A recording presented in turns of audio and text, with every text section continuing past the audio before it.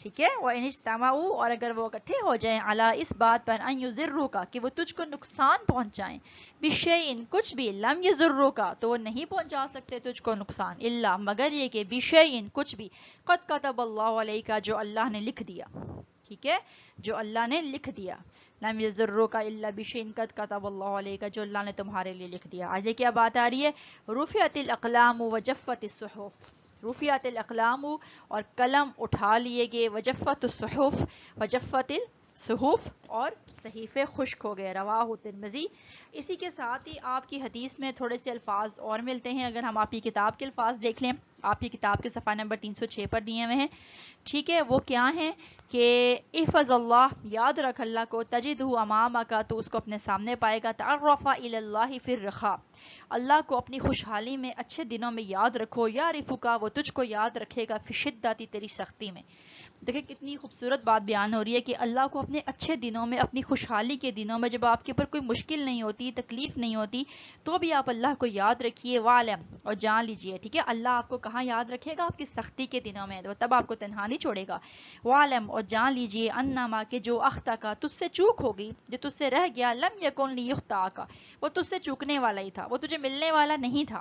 وما اصابک اور جو تجھے مل گیا, لم یکن نہیں تھی وہ ملنے والے, لیخطئک جو چوکنے والی تھی, یعنی وہ چوکنے والی تھی نہیں, وہ تمہیں مل کر ہی رہنی تھی. وعلم اور جان لو, ان النصر مع الصبر کے بے شک ان النصر مع الصبر کہ بے شک مدد صبر کے ساتھ ہے. وان الفرج اور بے شک آسانی مع الکرب تنگی کے ساتھ ہے. وان مع العسر یسرا اور بے شک مشکل کے ساتھ آسانی موجود ہے. ٹھیک ہے, آپ کو سمجھ آ گئی؟ میں ایک بار اس کا پھر بامہرا ترجمہ کر دیتی ہوں. عبداللہ بن عباس رضی اللہ عنہ سے روایت ہے, انہوں نے کہا کہ رسول اللہ صلی اللہ علیہ وآلہ وسلم نے فرمایا, اے لڑکے میں تجھے چند باتوں کی تعلیم دیتا ہوں. وہ کیا ہیں؟ اللہ کو یاد رکھو, اللہ تمہاری حفاظت کرے گا. اللہ کو یاد رکھو, اللہ اس کو اپنے سامنے پاؤ گے. تیسری چیز کیا آ رہی ہے؟ جب بھی سوال کرنا ہو اللہ سے کرو. چوتھی بات کیا آ رہی ہے کہ جب بھی مدد مانگنی ہو اللہ سے مانگو. کیوں؟ اب دیکھیں آپ کے لیے آگے ایک لاجک, ایک ریزن موجود ہے کہ اگر سارے لوگ بھی اکٹھے ہو جائیں, ساری امت بھی اکٹھی ہو جائے کہ وہ تمہیں کچھ فائدہ پہنچانا چاہے تو نہیں پہنچا سکتی اگر اللہ نے تمہارے لیے نہیں لکھا. اسی طرح اگر ساری امت اکٹھی ہو جائے کہ وہ تمہیں نقصان پہنچانا چاہے تو وہ نہیں پہنچا سکتی. قد کتب اللہ علیک مگر جو اللہ نے تمہارے لیے لکھ دیا. رفعت الاقلام وجفت الصحف قلم اٹھا لیے گئے اور صحیفے خشک ہو گئے. اس سے یہ ہے بیٹا کہ تقدیر کا جو فیصلہ تھا وہ ہو چکا, وہ لکھا جا چکا. ٹھیک ہے بیٹا.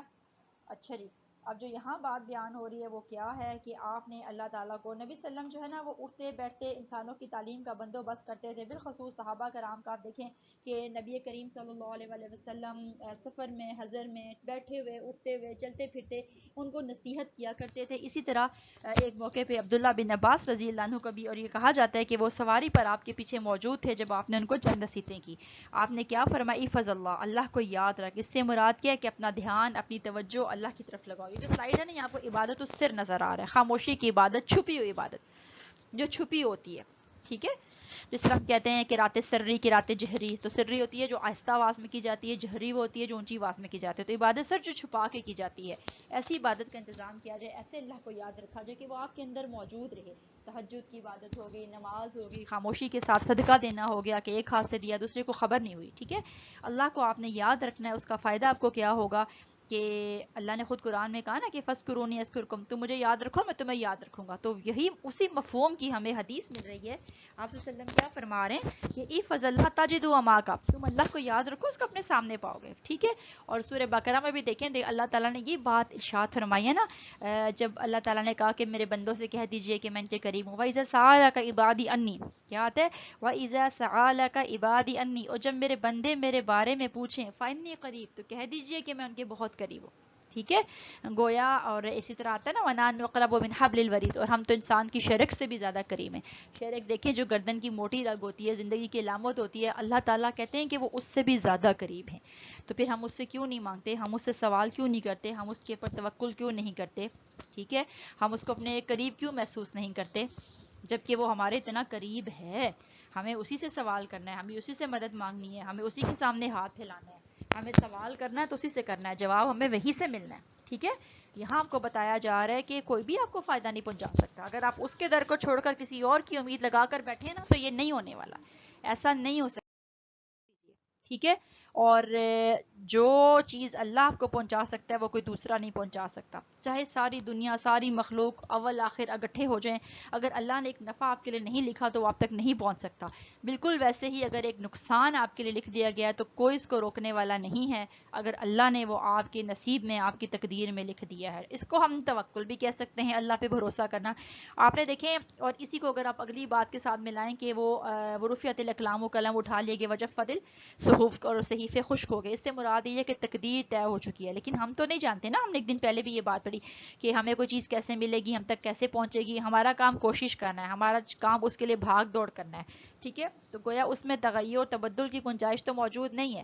ہمیں کیا راحت ملنی ہے، کیا تکلیف پہنچنی ہے، کیا نفع پہنچنا ہے، لیکن ہم اس کے لیے کوشش کر سکتے ہیں. اللہ پر بھروسہ کرتے ہوئے کوشش کر سکتے ہیں. ٹھیک ہے، اللہ نے کہا نا وَمَن يَتَوَکَّلْ عَلَى اللَّهِ فَهُوَ حَسْبُهُ، جو اللہ پہ بھروسہ کرتا ہے اللہ اس کے لیے کافی ہو جاتا ہے. تو اللہ پہ بھروسہ کر کے ہر کام کیجئے اور پھر نتائج کو اللہ کے سپرد کر دیجئے. نتائج کا تعلق پھر تقدیر سے بن جاتا ہے کہ وہ ہمیں معلوم نہیں ہمیں کسی چیز کا نتیجہ کیا ملے گا.